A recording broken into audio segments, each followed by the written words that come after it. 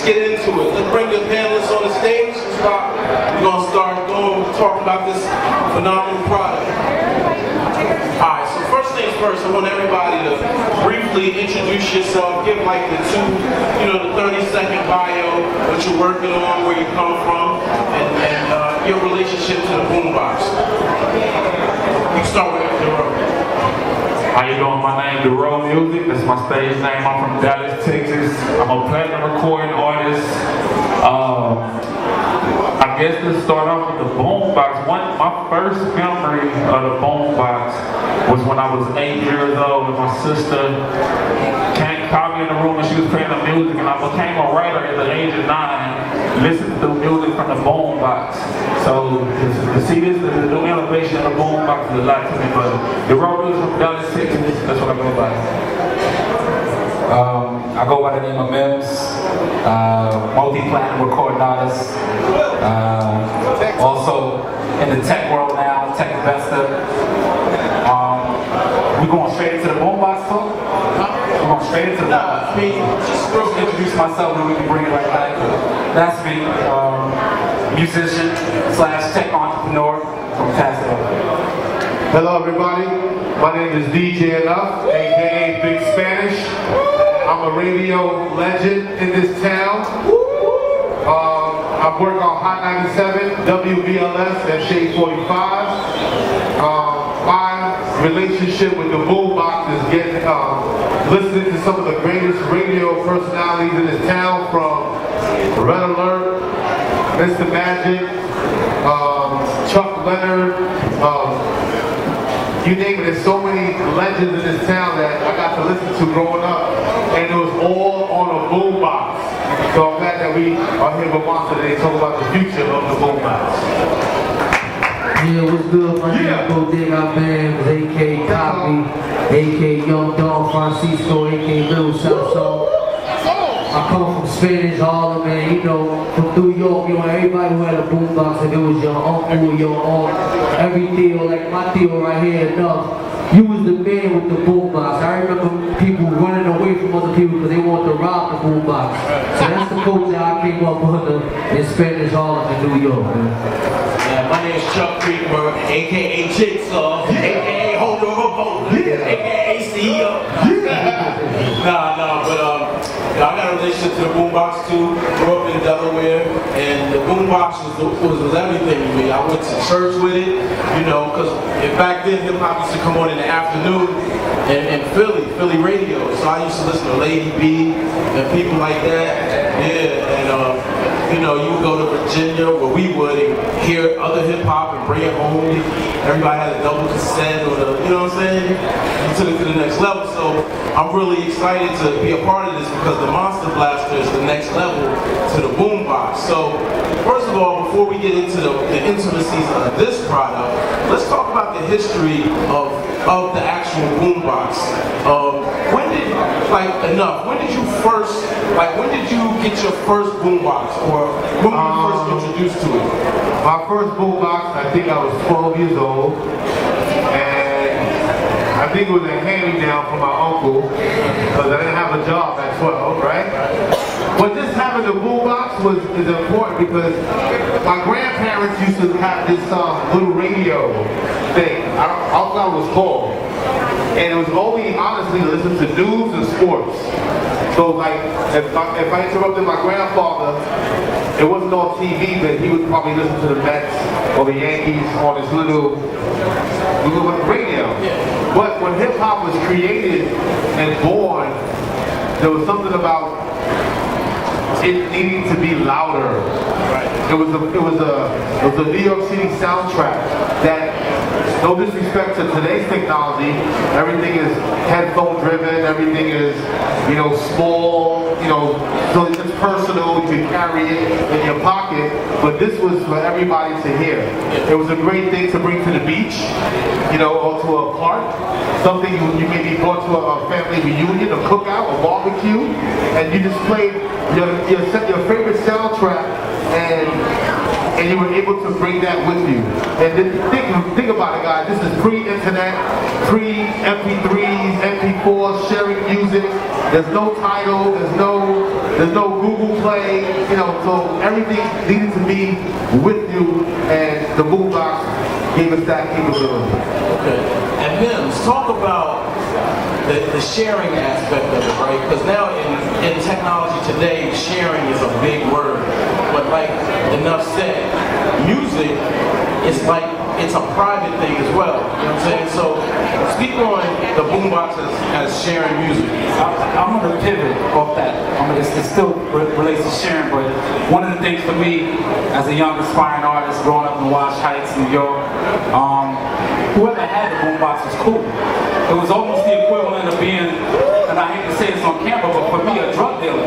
So if you was running up and down the street with a boombox, you was that cat that was fly, that was cool, and that's where my culture originated from. We was always about who was the flyest, the coolest, and that's what the boombox brought. And you know, obviously pivoting it back to music, as we know now, the true cultivators are usually the cats that's fly, that bring that presence to hip hop. So if you had a boombox and you was playing a specific song or a specific tune, that was what was hot. That's how you made it hot.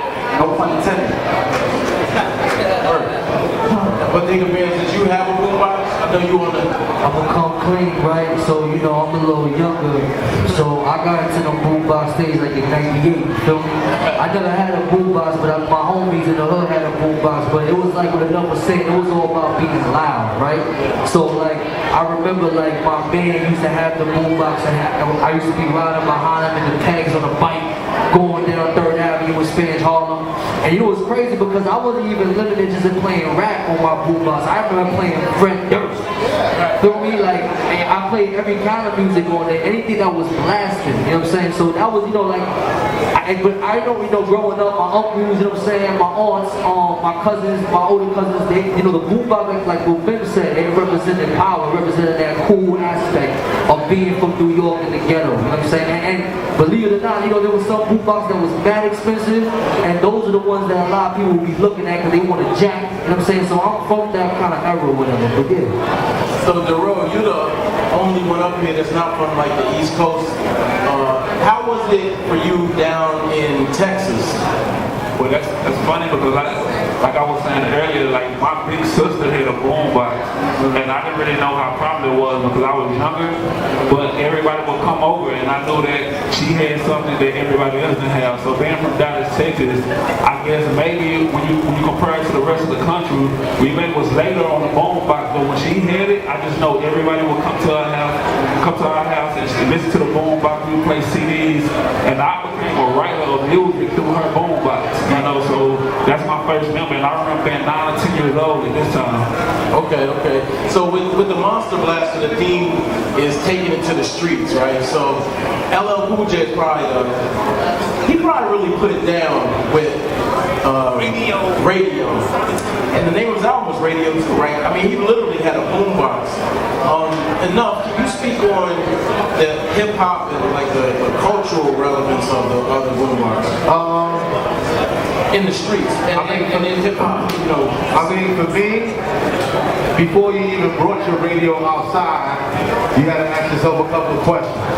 How much money I got in my pocket? Because my radio takes 12 D batteries. Alright? 12 D batteries. Alright? So imagine going to the local deli store or the bodega.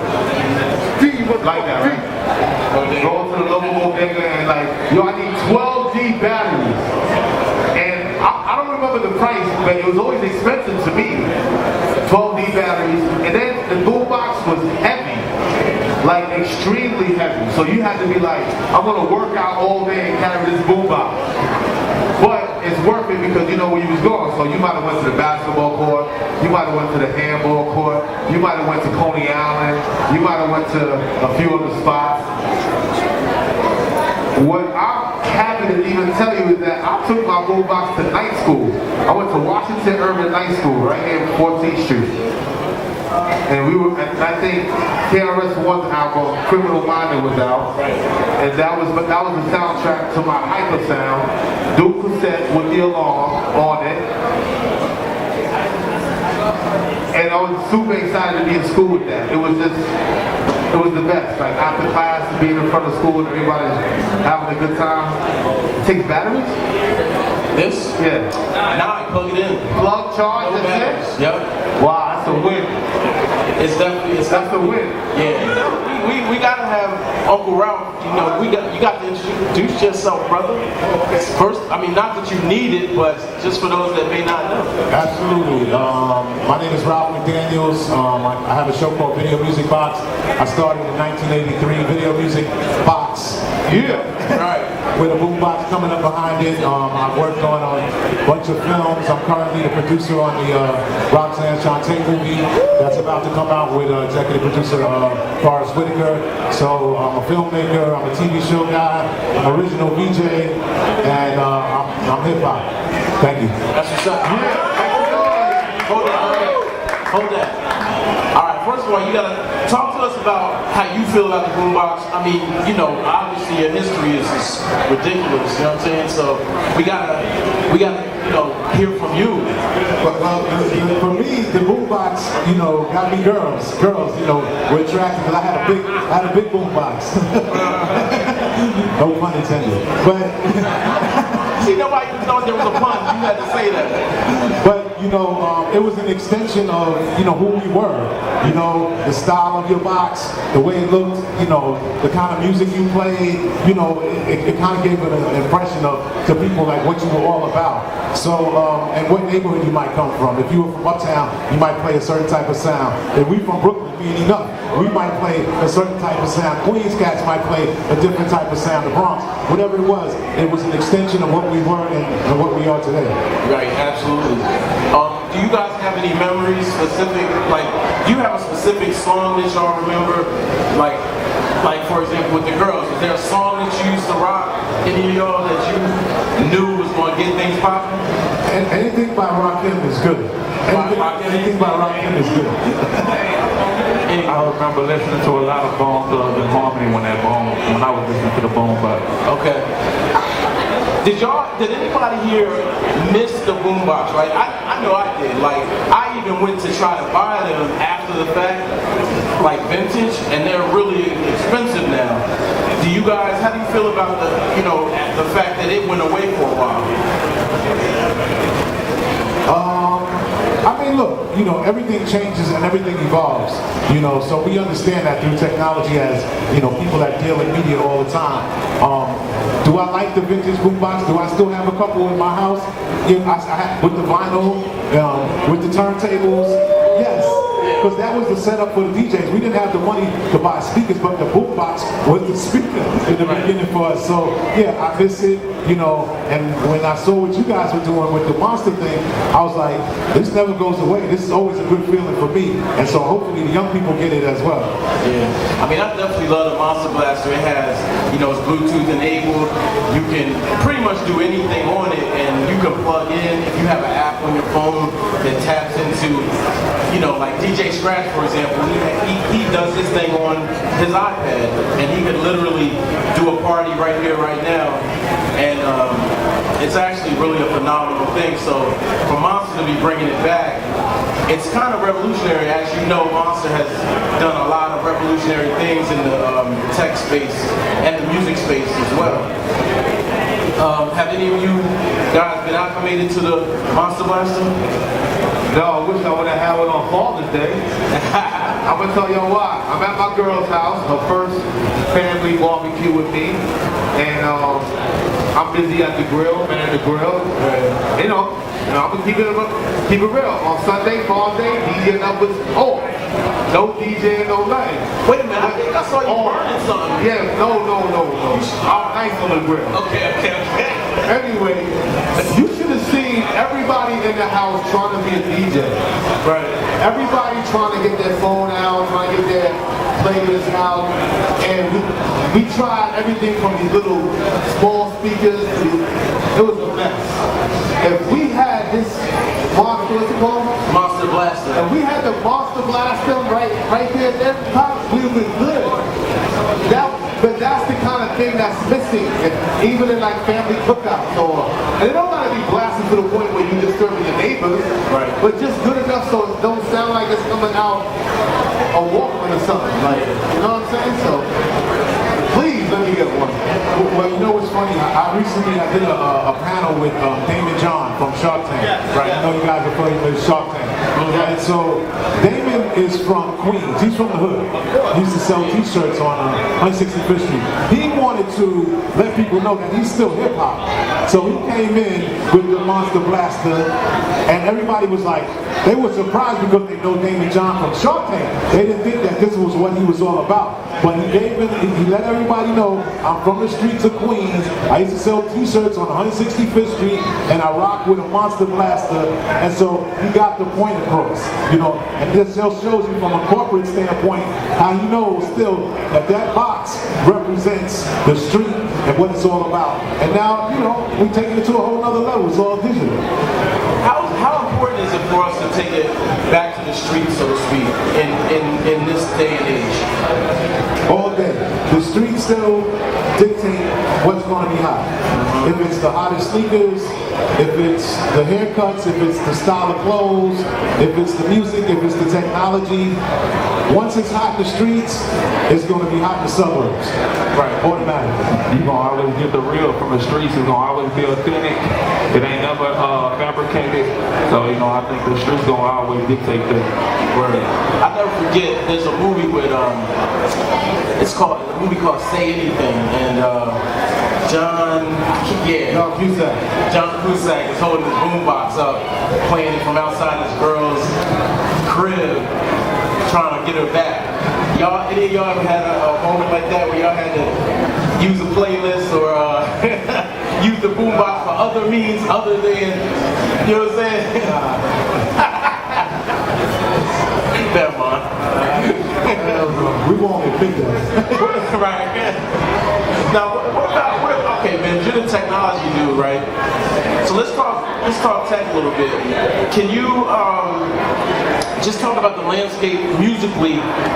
Obviously, we've mentioned that this is a product that is Wi-Fi enabled. You know, you can walk around your house with the phone and change the music.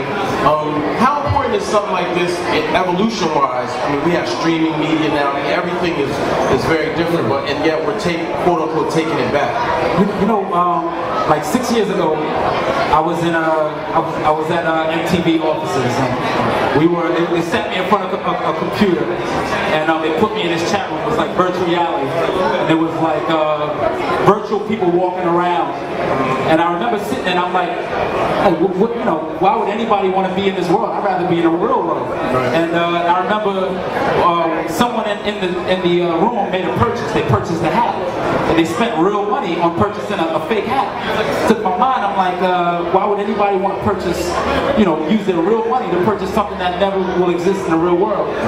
So tying it back into the Monster Blaster, why I think this is important for the culture now is because we come from an era where at some point in time everyone on the stage had the ability to share music in a traditional fashion, and now that's kind of gone away. Now music is being shared through text message or through a social media app, and you don't really get the feeling of what a person's mood is when they listen to it because you're not around. So with the Monster Blaster, you know, you have the ability to take it, play it.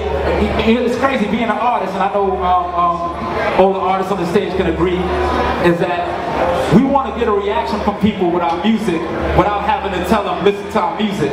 This is the best way to do it. Put the record on, play it, and see how many people bop their head. That's how you know if you got a record or not, without having to fabricate or sway someone's mood. So this is why this is going to revolutionize the way, you know, it brings back the form of boombox into the new era, the new generation. Hold on, let me see that real quick. Give it back to you. Look at it.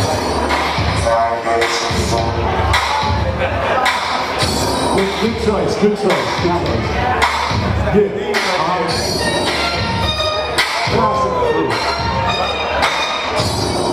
All around it? Yeah.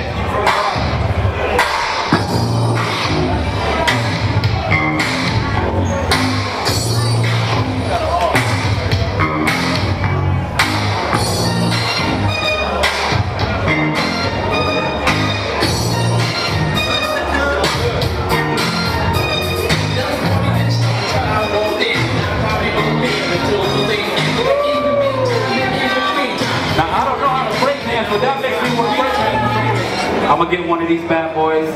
I'm gonna sit in the corner with a Heineken, wrapped around, just vibe out to some oldies reggae music on this. I want to listen to Sade on this.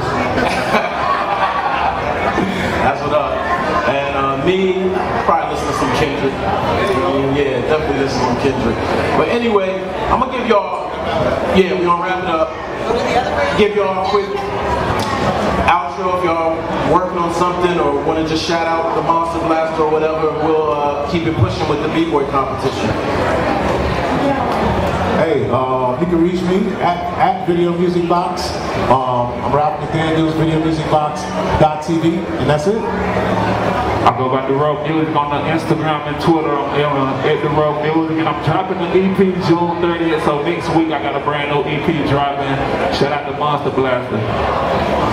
For everybody who's watching, like I said, I'm in the tech world now, so I got an app that's launching called Recordgram, so you can visit it, recordgram.com. This would actually be a good addition for people to listen to the music on Recordgram through that app. So Monster Blaster, Recordgram, Mims. DJ Enough, Heavy Hitters, Hot 97. I need one of these ASAP so I can bring it to the next barbecue so we don't look crazy like we did at the last Father's Day barbecue. And that's it, man. Thanks for having me, Monster. Yeah, my name Bodega Babes. I definitely need one of these. Like my nigga, what's my name? Like you know what I'm saying?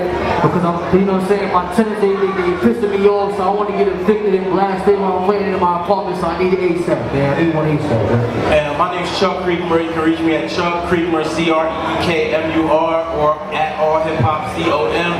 I just want to thank Noah Lee for creating this Monster Blaster and Thank you. really leading the charge technology-wise in this game. Woo!